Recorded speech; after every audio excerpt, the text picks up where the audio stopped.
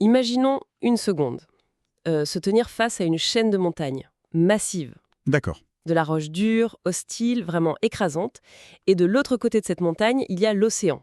La mission, avec un budget faramineux de 12 milliards de dollars, ce n'est pas de concevoir une route pour la contourner. Non, ça serait trop simple ça. Bah oui, la mission, c'est de prendre cette montagne, de la trancher littéralement en deux sur 100 mètres de profondeur, de vaincre les déserts tout autour et d'y faire passer des navires colossaux. Je suis fascinée rien que d'y penser. Et le plus vertigineux dans ce scénario, c'est que ce n'est pas du tout de la science-fiction, c'est l'essence même de l'ingénierie moderne en fait. Ah ouais, c'est le monde réel. Exactement, on a longtemps considéré la géographie comme une barrière immuable, tu vois. Mais aujourd'hui, quand les enjeux logistiques mondiaux l'exigent, on redessine carrément la carte. C'est exactement ce qui nous amène à notre exploration d'aujourd'hui. Nous allons nous plonger dans une transcription très détaillée, une vraie mine d'or tirée d'une vidéo de la chaîne YouTube Méga Chantier. Une excellente source, très factuelle. Ouais, très pointue. Le sujet de notre session, c'est la construction d'un canal titanesque de 50 km situé au sud de l'Iran. L'objectif est hyper clair, créer un raccourci direct pour que les plus gros navires de la planète puissent relier le golfe Persique à l'océan ouvert. Tout en évitant un goulet d'étranglement mondial critique, bien sûr. Exactement, le détroit d'Ormuz qui ne fait que 23 km de large, c'est fou quand on y pense. Ce raccourci, il change totalement la donne géopolitique et commerciale. Parce que, on ne parle pas simplement de creuser un petit fossé pour gagner un quart d'heure, là. C'est clair. Il s'agit vraiment de fracturer des millions de tonnes de terre et de roches pour imposer une nouvelle voie navigable là où la nature avait placé des obstacles absolus. Bon, décortiquons tout ça. Parce que les chiffres de ce chantier donnent un peu le vertige à quiconque écoute. Vas-y, je t'écoute. On parle d'un déploiement massif qui a débuté en avril 2017.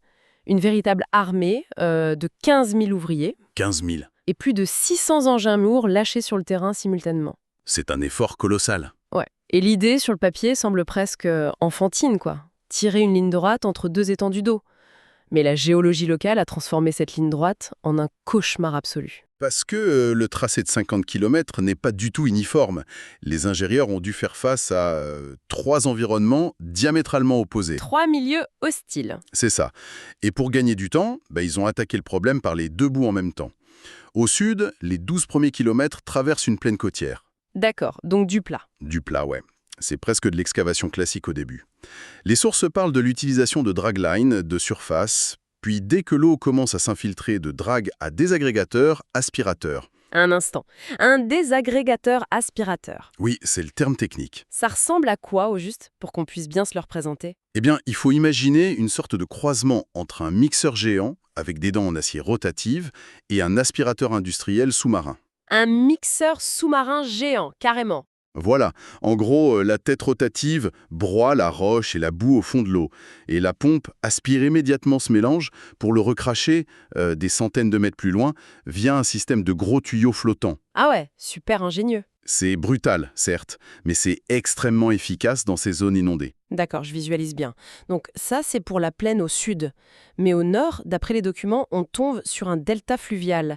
Et un delta, par définition, c'est capricieux, non? Oh, que oui, ça vit, ça bouge en permanence. Bah oui, ça se gorge d'eau à chaque printemps, et surtout, ça charrie de la boue sans arrêt. Et c'est là tout le défi de l'excavation en milieu liquide dynamique. En fait, si les machines s'arrêtent, ne serait-ce que quelques heures, le limon et le sable apportés par les courants reprennent immédiatement leurs droits. Et ça comble le canal fraîchement creusé. Exactement. C'est un travail de Sisyphe. Donc, la réponse des ingénieurs a été purement logistique. Ils ont instauré un rythme implacable. Les dragues du tronçon nord travaillaient en équipe, la nuit comme le jour, dans un relais continu. Ce que je trouve fou, moi, quand je lis ça, j'imagine un parcours d'obstacles conçu par un super vilain. Un super vilain. Oui, genre à chaque kilomètre, il y a un nouveau piège mortel pour les ingénieurs. On sort de la boue et bam, autre chose. Mais attends, comment fait-on pour organiser un relais continu avec des monstres d'acier dans un canal étroit sans que tout ce petit monde ne se percute? Ce qui est fascinant ici, c'est vraiment la chorégraphie industrielle qu'ils ont mise en place. C'est-à-dire? Avant même qu'une machine géante ne doive quitter le chenal pour sa maintenance obligatoire, parce qu'il faut bien les entretenir, la drague remplaçante est déjà positionnée sur une zone de croisement élargie. Ah, ils anticipent au maximum. C'est ça. Dès que la première machine décélère, la seconde commence à aspirer. Du coup, le flux de sédiments extraits ne s'arrête jamais. Ils ont littéralement pris de vitesse le remplissage naturel du delta. Cette impression de course contre la montre est palpable. Et pourtant, ce n'est même pas le pire de ce chantier, hein.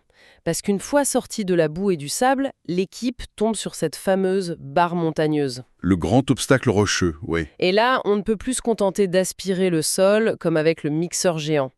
Les ingénieurs ont dû trancher la roche, créant une entaille qui atteint presque 100 mètres de profondeur. 100 mètres, hein. C'est énorme. Et maintenir des parois verticales sur 100 mètres de profondeur dans de la roche, c'est une gageure terrifiante pour la sécurité. Mais j'imagine bien, ça doit être hyper instable. Complètement. Les sources expliquent que la méthode imposait une sécurisation instantanée. En gros, dès qu'un tir d'explosif fracassait la montagne, des équipes intervenaient presque au milieu de la poussière. Immédiatement après ce tir, Immédiatement.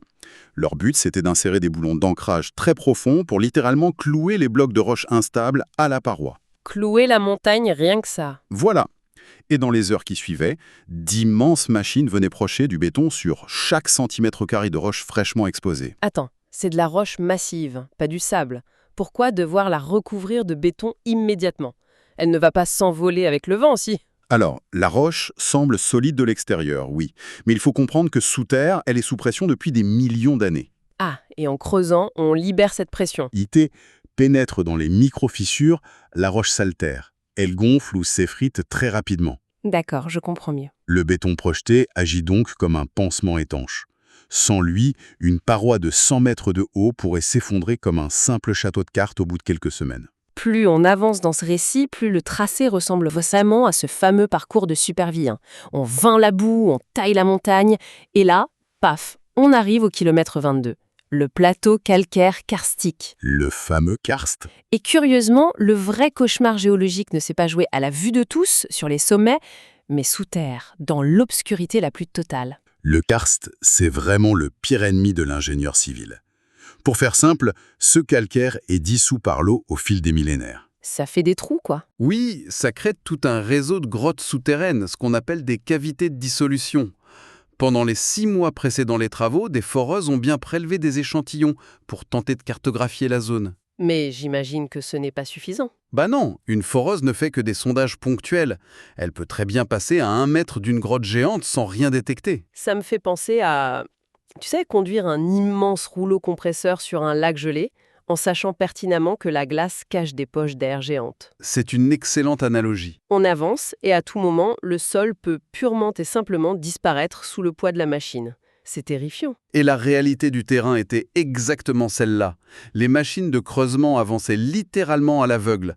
Le rythme d'excavation qui était super rapide dans la plaine a chuté drastiquement. Ils ont dû tout ralentir. Oui, on est passé à une technique de forage-minage très minutieuse. On perce, on place les explosifs, on fait sauter, on évacue les gravats, on avance de quelques mètres et on recommence. Un travail de fourmi. Mais l'inévitable finit toujours par arriver quand on travaille dans du karst. Ah, on y vient.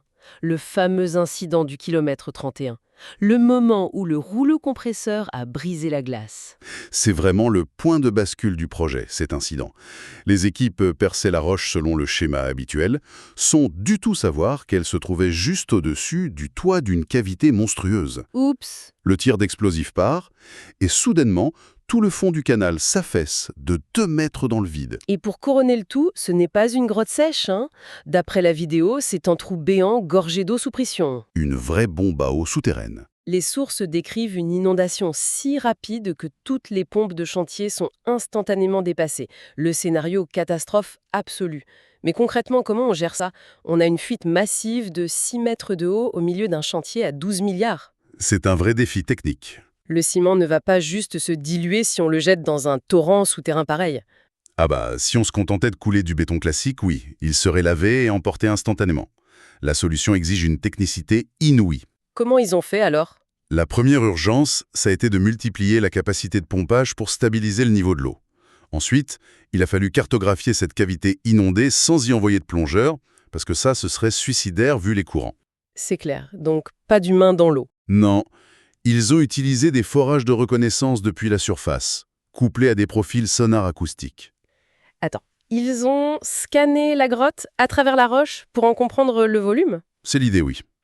Et une fois le volume calculé précisément, des équipes spécialisées sont intervenues avec un ciment très particulier. Ce n'est pas du ciment ordinaire. C'est quoi la différence? C'est un coulis à prise rapide, spécialement conçu pour durcir sous l'eau. Il est injecté sous très haute pression directement dans les fissures et le vide principal. Donc ça pousse l'eau vers la sortie. Exactement. La pression d'injection est calculée pour être supérieure à la pression de l'eau souterraine. Ça permet de chasser l'eau hors de la cavité tout en la comblant avec de la matière solide. Et dire que ce cauchemar du kilomètre 31 s'est répété encore et encore. Les sources parlent de 38 incidents similaires. Oui, 38 cavités majeures. 38 grottes à injecter, purger et combler. Ça a pris 3 ans sur les 14 années du projet. 3 années entières de lutte microscopique contre le monde souterrain. C'est dingue. Et cette lutte, elle devait impérativement aboutir à la perfection géométrique. Comment ça? Parce que derrière les excavatrices, l'équipe de topographie vérifie la tranchée au centimètre près. Le revêtement final en béton ne peut absolument pas être coulé si la section est hors gabarit. Ah oui, pas de place pour l'approximation. Aucune.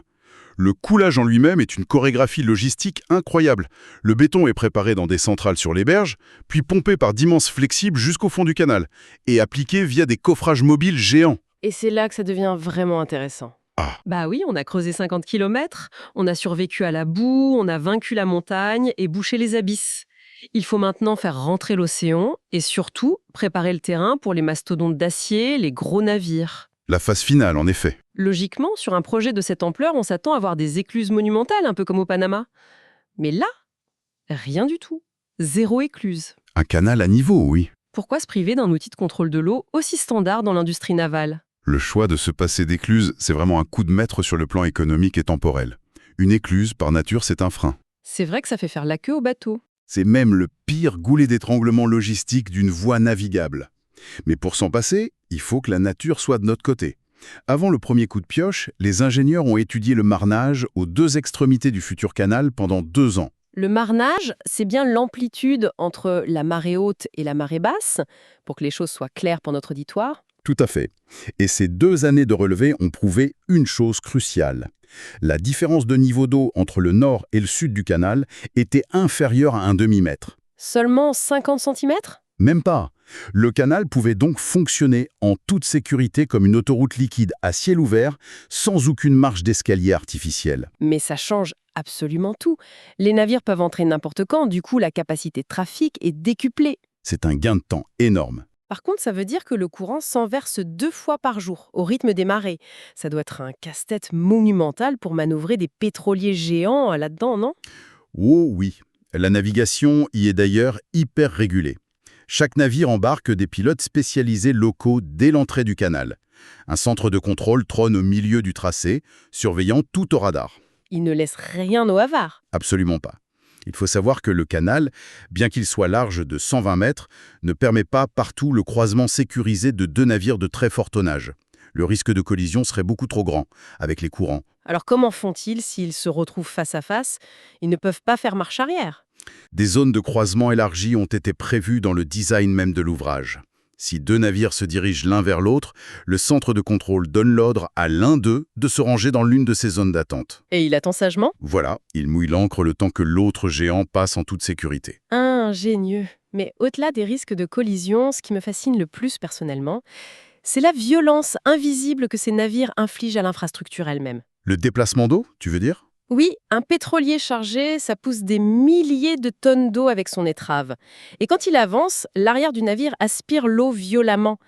Si on a des berges en terre, j'imagine qu'en une semaine, tout s'effondre sous l'effet de ce brassage colossal. C'est ce qu'on appelle le phénomène de l'érosion par bâtillage. La force cinétique des vagues générées par ces navires est colossale. Tu as tout à fait raison. Et comment on protège les berges de ça? Pour réparer, les ingénieurs ont conçu un système d'enrochement sur les talus au niveau de la ligne d'eau qui est d'une sophistication redoutable. Les roches ne sont pas du tout empilées au hasard. Elles sont triées? Oui, elles obéissent à une granulométrie stricte, disposée en couches graduées. Alors, quand j'essaye de visualiser le mécanisme de cette protection, on dirait une sorte de filtre à café géant couplé à un pare-choc. Un filtre à café, c'est une image intéressante. Bah oui, regarde, à l'extérieur, face aux vagues du navire, on a d'énormes blocs de pierre. Eux, ils encaissent l'impact brut, le pare-choc. Puis, derrière, les roches sont de plus en plus petites, jusqu'à devenir presque du sable contre la paroi en terre. C'est le principe, oui. Donc, l'eau de l'aspiration passe à travers les gros blocs, mais quand elle essaie d'emporter la terre du talus en repartant, elle reste bloquée par les couches fines. Le gros encaisse le choc, le fin empêche la fuite de la matière. C'est ça, non? C'est exactement ça. La gradation fonctionne selon ce principe de filtration et d'absorption d'énergie. Sans cette couche fine intermédiaire, ton filtre à café, l'eau turbulente, passerait entre les interstices des gros blocs et viendrait littéralement laver le cœur de la berge de l'intérieur. Et tout s'écroulerait. Le talus s'effondrerait sur lui-même en quelques passages de navire. Mais il faut bien garder à l'esprit que même avec cette armure sophistiquée, une telle infrastructure n'est jamais figée. Elle exige un soin constant. Le travail ne s'arrête jamais vraiment, en somme. Jamais. Les sources précisent d'ailleurs que des navires hydrographiques équipés de sonars passent au crible le fond du canal 2 fois par an. Ils repèrent les zones où le limon s'accumule inévitablement et de petites dragues viennent nettoyer pour garantir la profondeur vitale de 12 mètres. Et l'entretien, ce n'est pas le seul défi à long terme. Il faut également s'assurer que cette fracture de 50 km ne coupe pas le pays en deux. Ah bah oui, il y a des gens qui habitent autour. Des routes existaient avant le canal. La solution technique a exigé la construction de ponts suspendus. Et le détail très intéressant ici, c'est que ces ponts ont été érigés bien avant que l'eau n'arrive. Ils ont été calculés et construits sur la terre ferme. Ils ont construit des ponts géants au-dessus d'une tranchée complètement sèche. Oui, car il fallait anticiper une donnée vitale, le tirant d'air. L'espace au-dessus du bateau. C'est-à-dire la hauteur disponible entre le niveau d'eau maximal et le tablier du pont. Les ingénieurs ont dû concevoir l'ouvrage pour laisser passer les superstructures des plus hauts navires, même lors des plus grandes marées hautes. Faut pas se louper dans les calculs. Non, et tout cela en prévoyant une marge de sécurité colossale pour absorber d'éventuels chocs si un mât devait heurter la structure par accident. Impressionnant. Alors, qu'est-ce que tout cela signifie au-delà de la prouesse de béton et d'acier? Parce qu'on modèle le paysage, on crée une voie de passage vitale pour le commerce humain, mais les conséquences sur l'écosystème sont radicales. C'est la face cachée de ces méga-projets. Les sources dévoilent un paradoxe absolument saisissant. D'un côté, nous avons une balafre écologique majeure. En connectant 2 étendues d'eau salée à travers des terres, le canal a provoqué une intrusion massive d'eau de mer dans les nappes phréatiques environnantes. Une salinisation des sols, oui. La chimie des sols a été foudroyée et les terres agricoles qui bordaient la zone ont été ruinées pour de bon. C'est tragique pour l'agriculture locale. Si l'on relie cela à la situation globale de l'ingénierie lourde, il faut admettre que toute modification majeure de la croûte terrestre exige un tribut écologique.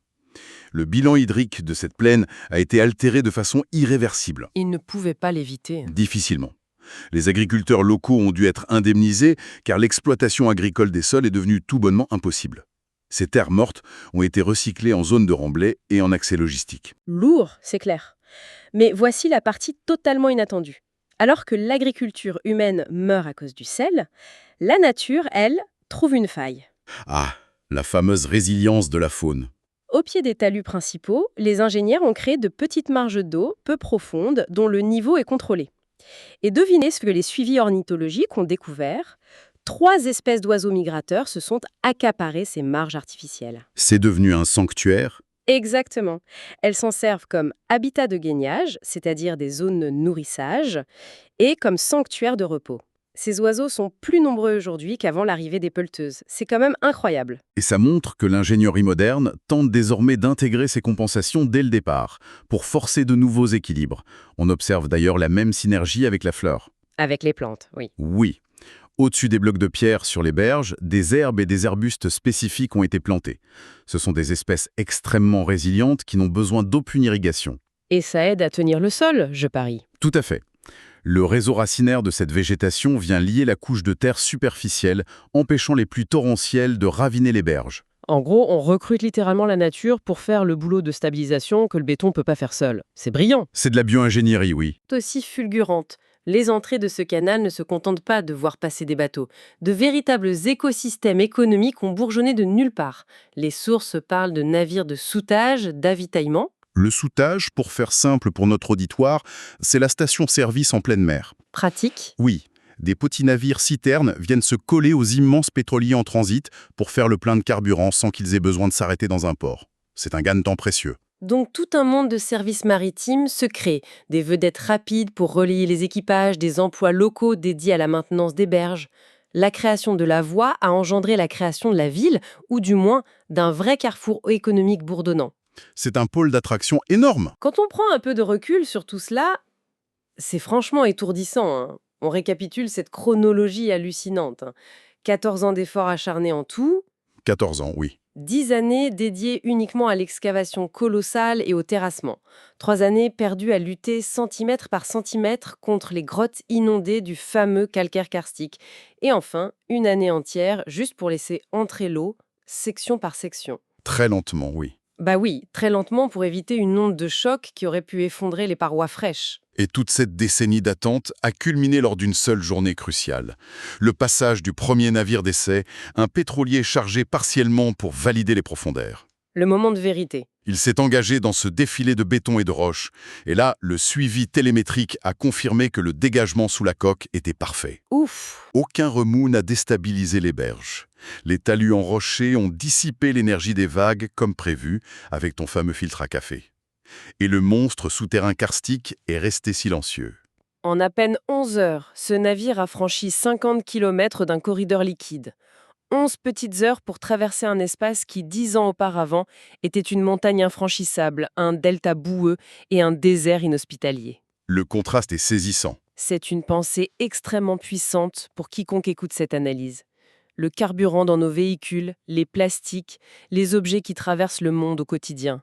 Tout cela voyage grâce à ces infrastructures devenues invisibles par habitude.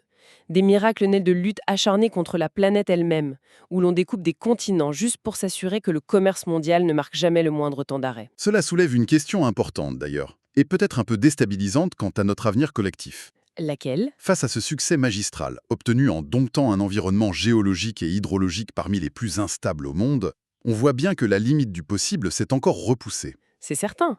Quels autres grands verrous géographiques, naturels de notre planète pourraient, dès demain, être tout simplement gommés de la carte, à grands coups d'explosifs et de milliards de dollars? Et plus profondément, notre biosphère est-elle réellement prête à endurer les métamorphoses écologiques définitives qui accompagneront inévitablement les prochaines prouesses d'ingénierie de cette ampleur? Une réflexion de taille pour clore notre session. Ça donne le vertige. La prochaine fois qu'on regarde une carte du monde, cela pousse à se demander si ces lignes terrestres sont vraiment figées pour l'éternité, ou si elles ne sont qu'un énième parcours d'obstacles attendant l'ingénieur qui trouvera comment les pulvériser.